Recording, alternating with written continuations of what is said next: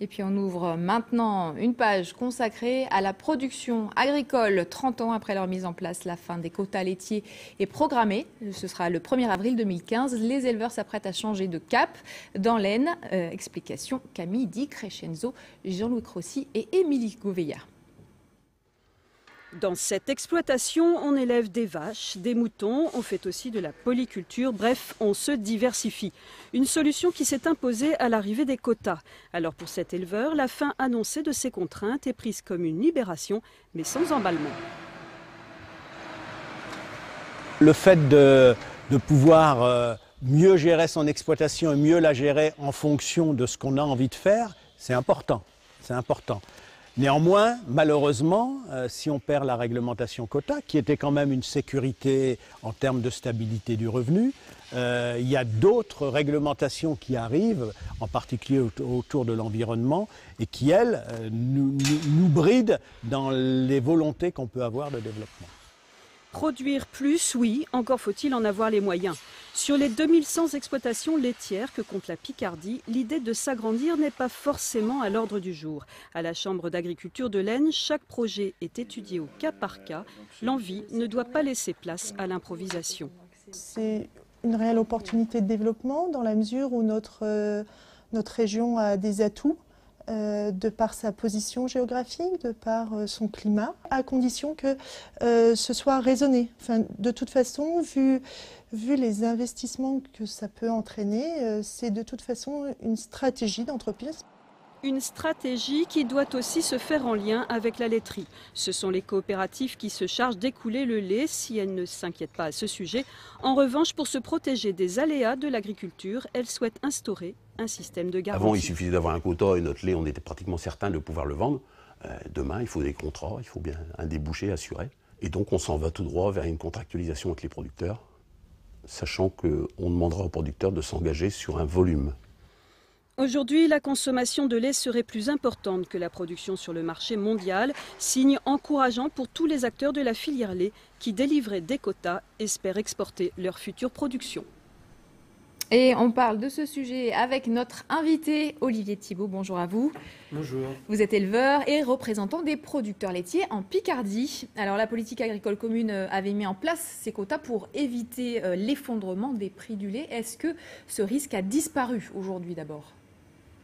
Non, ce risque, il n'est pas disparu. Au contraire, il s'est accentué. Maintenant, pour nous, les jeunes producteurs, entre guillemets, on n'a pas connu l'instauration des quotas. Donc, et on s'est adapté aux quotas. Aujourd'hui, on sait depuis quelques années, c'est-à-dire 7-8 ans, que ces quotas vont aller s'arrêter en 2015 et qu'on va avoir des contrats. Donc nous, on s'y est quand même préparé. Et comme toute forme de choses, ça a ses avantages, ses inconvénients. Donc alors, qu'est-ce que ça peut changer dans votre quotidien de producteur ? On va avoir des images sur votre exploitation à Bellois-sur-Somme. La fin des quotas, c'est peut-être une autre organisation ?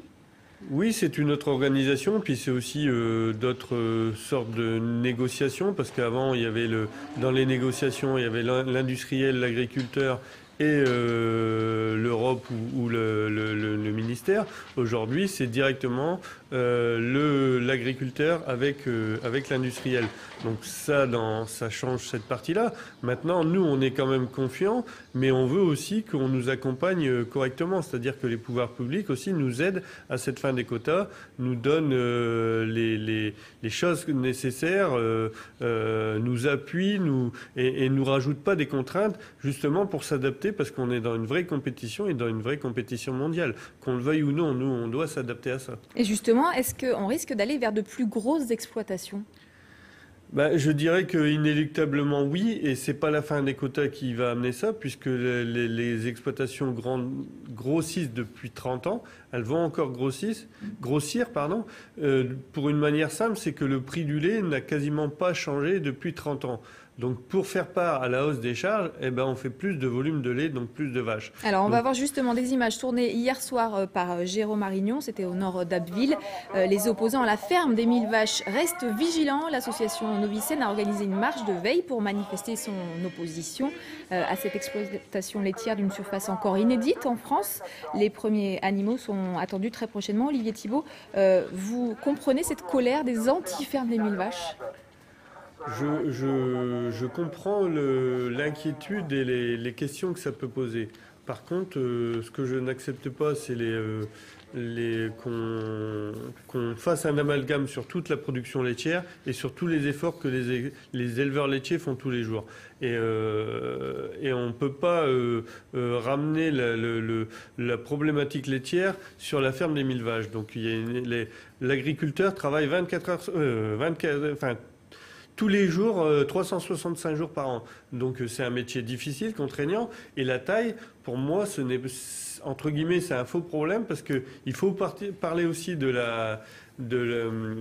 comment les éleveurs qui se regroupent, c'est pour le bien-être aussi des éleveurs. Donc c'est aussi des solutions. Et c'est inéluctable. Et il faut que les exploitations soient plus performantes et qu'elles se regroupent. Merci voilà. Olivier Thibault d'avoir répondu à notre invitation au sujet de la fin programmée des quotas laitiers.